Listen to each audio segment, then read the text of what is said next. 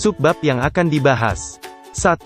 Metodologi untuk merancang pengujian atas rincian saldo. 2. Merancang pengujian atas rincian saldo. 3. Konfirmasi piutang usaha. 4. Mengembangkan program audit bagi pengujian yang terperinci. Yang pertama, metodologi untuk merancang pengujian atas rincian saldo.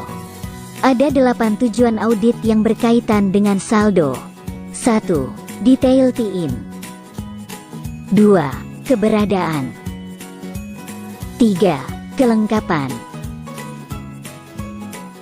4. Keakuratan. 5. Klasifikasi. 6. Pisah batas. 7. Nilai realisasi. 8. Hak. Kemudian ada 3 tahapan dalam metodologi rancangan pengujian atas rincian saldo. Tahap 1 mengidentifikasi resiko bisnis klien yang mempengaruhi piutang usaha, menetapkan materialitas kinerja dan menilai resiko inheren piutang usaha, menilai resiko pengendalian untuk siklus penjualan dan penagihan.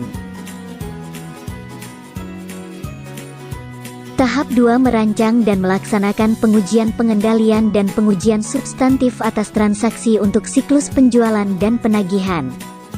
Tahap 3 merancang dan melaksanakan prosedur analitis untuk piutang usaha, serta merancang pengujian atas rincian saldo piutang usaha untuk memenuhi tujuan audit yang berkaitan dengan saldo. Subbab yang kedua, merancang pengujian atas rincian saldo.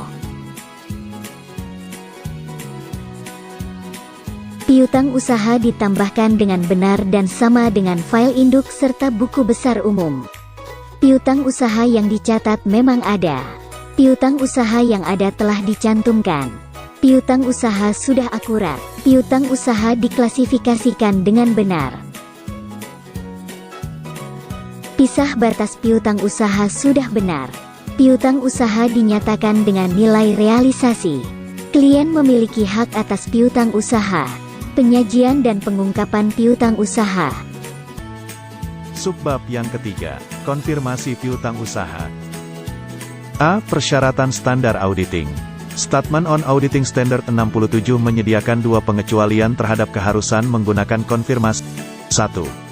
Auditor mempertimbangkan konfirmasi bukti yang tidak efektif karena tingkat responnya kemungkinan tidak akan memadai atau tidak dapat diandalkan.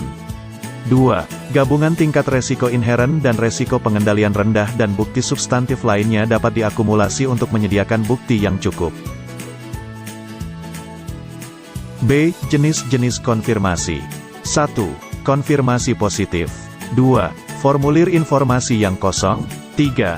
Konfirmasi faktur. 4. Konformasi negatif. C. Keputusan sampling. Ukuran sampel. Faktor utama yang mempengaruhi ukuran sampel untuk mengkonfirmasi piutang usaha berada dalam beberapa kategori dan mencangkup hal-hal berikut. 1. Salah saji yang dapat ditoleransi. 2. Resiko inheren. 3. Resiko pengendalian. 4. Resiko direksi yang mencapai dari pengujian substantif lainnya. Jenis konfirmasi. D. Menyelenggarakan pengendalian. Setelah item yang akan dikonfirmasi dipilih, auditor harus menyelenggarakan pengendalian atas dikonfirmasi itu hingga dikendalikan dari pelanggan. E. Menindaklanjuti no responden. Untuk setiap konfirmasi positif yang tidak dikembalikan, auditor dapat memeriksa dokumentasi dan keakuratan setiap transaksi penjualan yang membentuk saldo akhir piutang usaha dengan 1. Penerimaan kas. 2. Salinan faktur penjualan. 3. Dokumen pengiriman. 4. Korespondensi dengan klien. Faktor utama yang mempengaruhi keputusan auditor yaitu materialis piutang usaha, jumlah dan ukuran setiap piutang, keefektifan konfirmasi sebagai bukti audit, resiko inheren dan resiko pengendalian. F. Analisis perbedaan. Yang pertama, pembayaran telah dilakukan. Yang kedua, barang belum diterima. Yang ketiga, barang sudah dikembalikan. Yang keempat, kesalahan klerikal dan jumlah yang didebatkan. Subbab yang keempat, mengembangkan program rincian audit yang terkunci. Auditor menyiapkan kertas kerja perencanaan bukti sebagai alat bantu untuk memutuskan luas pengujian atas rincian saldo yang direncanakan. Sumber setiap baris sebagai berikut.